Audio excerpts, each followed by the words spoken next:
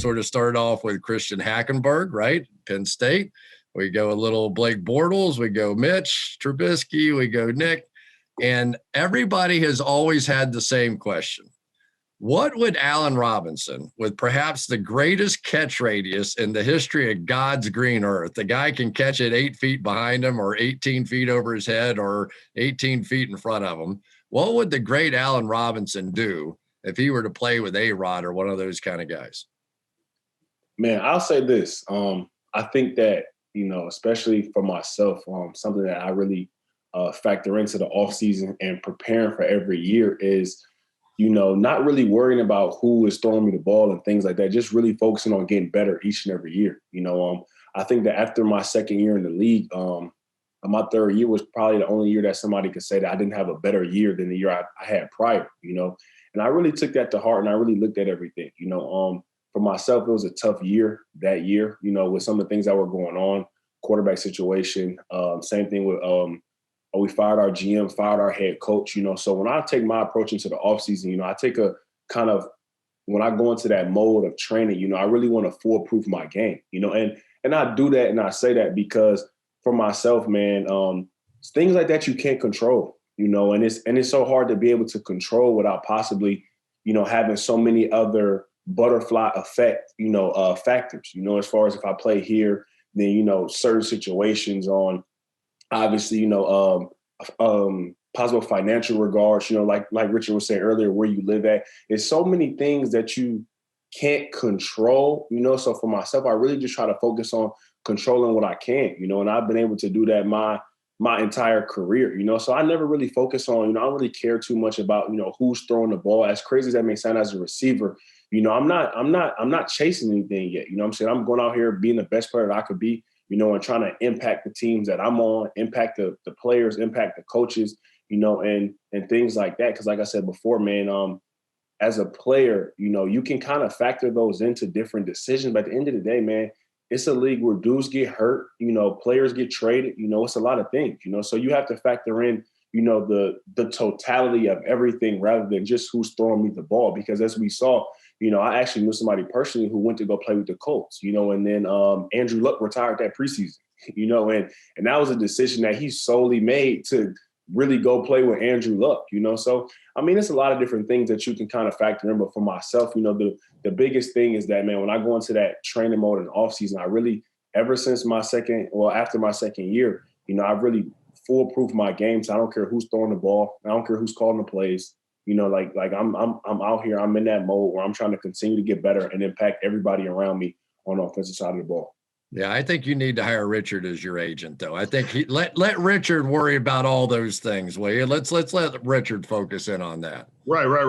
We got to focus in on the team. We got to focus in on getting them max value, because obviously they've been underpaying the man since he left Jacksonville. And I think all that matters. I think at the end of the day, I think it's going to be a great offseason if they let him go. If they let him see free agency, I think that's a big factor. With the limited cap, the franchise tag might, seem even more attractive because it's a lower number than it would have been if it was 210 or, whatever it's supposed to be. But I think, you made something out of nothing a lot of times, and I think that's what people admire most about you, is that you never complain, you never throw anybody under the bus. You just, put your hard hat on, grab your lunch pail and you go to work. And I think that's going to benefit you down the line when hopefully you do get a quarterback that is more efficient and more accurate with the ball. But I think it's all going to be great. It's all positive this offseason. Free agency can be such an odd time because, you feel like the pretty girl at the prom, everybody calling you, everybody texting you, everybody emailing, and it makes you, it kind of, it's nice, it's nice to feel valued, and feel appreciated. But at the end of the day, a lot of those teams that are calling and texting are the teams that are struggling, and I don't know if, in my situation, I'll be like, I don't know if you're me away from, being where I want you to be, if I'm going to put you, in the conversation to chase the trophy. And a lot of times I've only been in it once, but that's the conversation I'm having with them. That's the conversation I'm having with myself. I'm I'm having conversations with my wife about location. You know, how realistic is it for me to you know, spend 6 months there? Do we buy? Do we rent?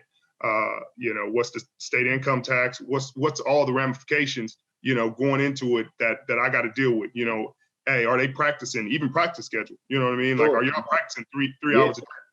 I agree, man. And for myself, you know, going through this for the second time, you know, this time around, it's so much more comforting than the first time because I was coming off an ACL injury, you know. So, I mean, that was a whole different thing in itself, you know. But again, I'm very similar, you know, to yourself in the standpoint of, you know, even when you went to San Fran, you know, I think that, you know, you probably saw and believed in what San Fran had and what they were building, you know. And I think that you're, again, a player like myself where, you know, you can be a cornerstone piece to a defense, you know. So it's like, and I think that players like us, you know, have tremendous foresight for our own careers, you know, depending on what the situation is. Like, again, like some people thought I was crazy when I went to Chicago after leaving the team who just went to the AFC Championship, you know, but I knew for my career and where I wanted to take my game, the culture that Chicago was building, you know, I mean, it's no doubt in my mind if somebody had told me, you know, when I signed that I wouldn't have a losing season, and out of 3 seasons, we go to the playoffs twice. You know, I mean, that's why I went there, you know. So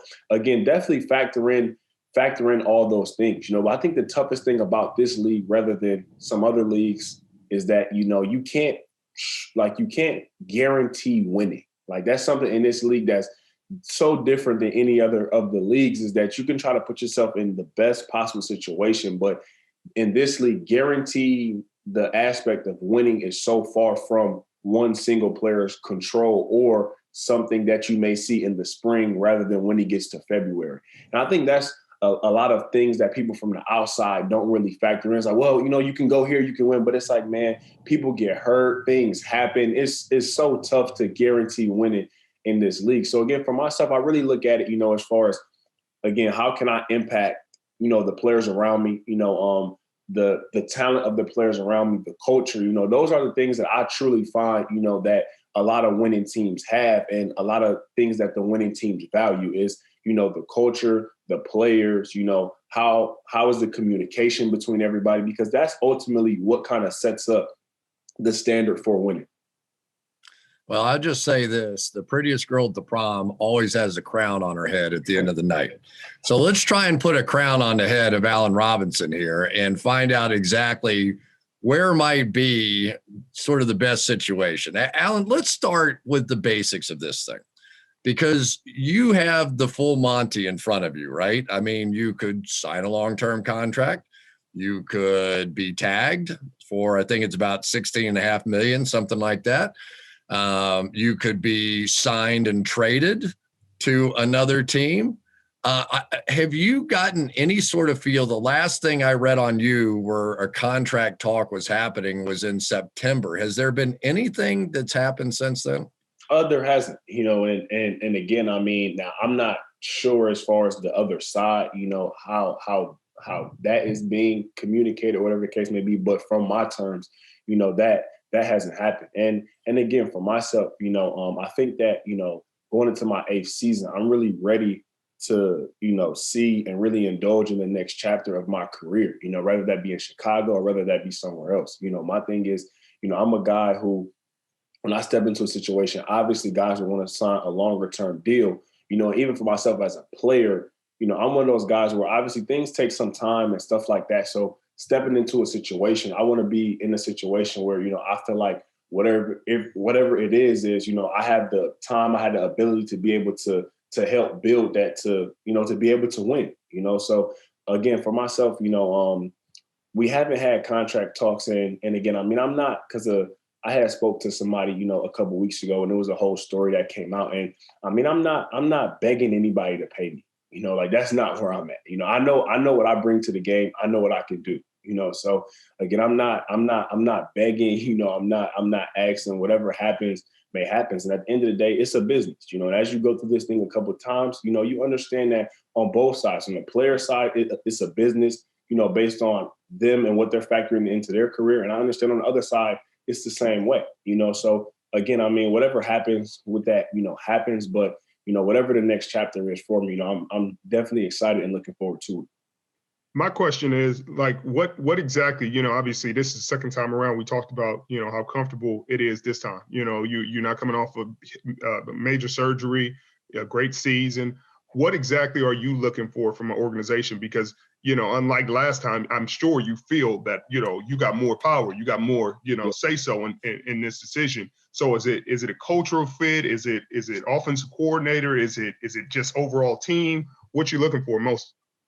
Culture fit, and I would say culture, definitely as far as offense, and then also, when it kind of comes to the team aspect, and again, from being in certain locker rooms, I think cultures with teams are huge, like I mean, and you've been a part of some great cultures, yourself, Richard. So as far as like when you kind of see that, you understand how far, that can take a team. One, then the second would be on the offensive coordinator side. I personally feel like I can fit into 97% of schemes, but definitely being able to be in a scheme where, I'm able to move around. I'm able to have those impactful plays on first down, able to get in the mix on third down, but at the same time, I'm not opposed to, playing with some of the other, adult receivers in the league. I think that that's something that, I had a chance to do. I mean, we have some real good young guys in Chicago, but I even think back to when I played with Alan Hearns, and me and him both went for over 1,000 yards, and just kind of the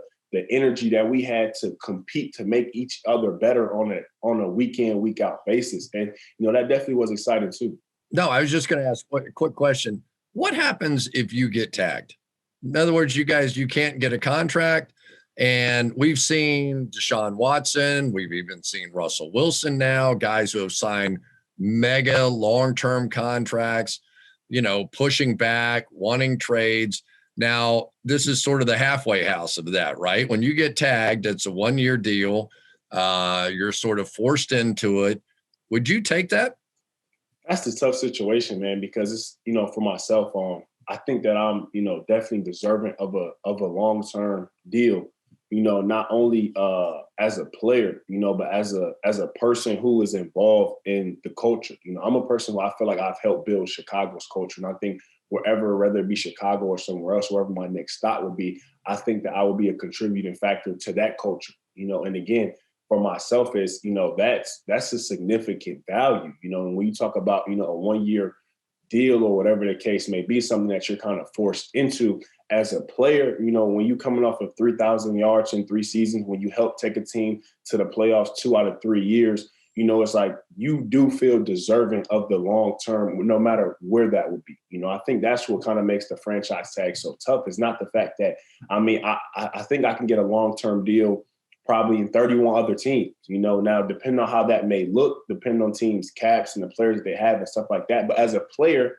that should all kind of be up to your discretion. It's like you can factor things in and say, do I want to take what here? Do I want to do this? Do I want to do that? But the franchise tag really kind of hinders you. And then again, it puts a lot of stuff back onto the player, especially in my situation where, again, I think that I brought a lot to the game over the past 3 years, so that's a very tough situation, and for myself, I probably would say that's definitely, on the bottom, of my list of choices. Yeah. How about this one? Let me lay it. So going to play with Aaron Rodgers or, Russell Wilson or Deshaun Watson, that's an easy choice, right? You know what you're going to get, you know what you're going to have. But you also know that a lot of these teams that are drafting first, second, third, and fourth are sitting there on a bunch of cash, and they're going to have a young quarterback, and they're going to need somebody like you, right? So there's real value. There's value above and beyond what you can do as a player. I'm kind of falling in love with some of these young quarterbacks. I got to say, I think Trevor Lawrence and Zach Wilson and Justin Fields, Trey Lance, Mac Jones, they all have some skills they're going to bring in here. Would that scare you off? No, it wouldn't at all. Again, just kind of my approach to the game, again, like I said before, man, I'm not a person who, I feel like I can pretty much build with anybody who's throwing the ball or anybody who's calling the plays. I think that, that's another big part of my game, so that doesn't scare me away at all. Again, when I came to Chicago, I came in with a second year Trubisky, and I think that we, build and got to a point where, again, we were able to connect on, back-to-back 1,000-yard seasons. I had 200 catches in the past 2 years. We were able to get to the playoffs, and we were able to do some good things, So, again, for myself, I think that that's something that, that I bring to the table. And as a vet, you understand that, a lot of times value that you bring as a vet is that you're able to uplift some of the younger players coming into the league, especially as a receiver with a quarterback or a receiver with other young receivers. That's a factor that I don't think people understand, especially fans. Fans are always like, oh man, let's bring this guy in. He runs this, he does this, he does that. And it's like, well, he's an individual. You know what I mean? And if you think that way and you're all about me and you're all about me, there's no championship in your future. Because in order to win Super Bowl, you have to be about team, especially if you're a vet player that you're coming in and these kids respect. So you have to, some people use that respect as just like, yeah, you know what I mean? Like, pump my chest out and show like I'm the man. But some people use that to bring, rising tide lifts all ships. So you encourage these kids. You use that respect that they have to encourage them to study more, to take care of their bodies, to not go out and drink, to focus on the season and use that to influence the team in a positive way. Because like you said, you're only as strong as your weakest link.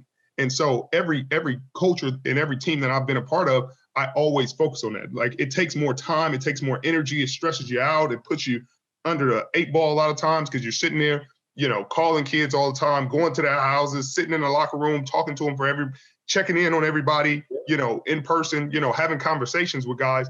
And it takes a toll on you, but that's what they're paying for. You know what I mean? For sure. And I think that's something that's very undervalued, and again, I mean, as older players, we see all the time, we could just draft this player or we could just do that, or we could just do this, when it comes to younger players, but it's like, it's not the same, it's like when you have people who, at the same time, it may be guys on offense who are frustrated because of how the offense is going. You got younger guys, you got to just continue to talk to them about the bigger picture of the season, even talking to guys about the bigger picture of their own personal careers, getting guys together in the off season to train and do different things, the camaraderie of it all. Like, I mean, like, what I'm saying, like you said, it takes a lot, but as vet players, that's, what I've learned to embrace. And that's what I learned to, that's a part of me that's helping to build a culture, to ignite a culture, to fuel something with young guys that, if you take a vet out of the mix, you see a totally different team, because players relate to players far differently than coaches do. And coaches can only do so much. Coaches aren't in the locker room, coaches aren't in the huddle, coaches aren't on the field, So as players, you definitely bring that on the field coach kind of aspect, and you definitely can help guys along the way, whether if it's C coverages, whether if it's something to think about with a release or certain technique, So that's a very undervalued thing in my opinion.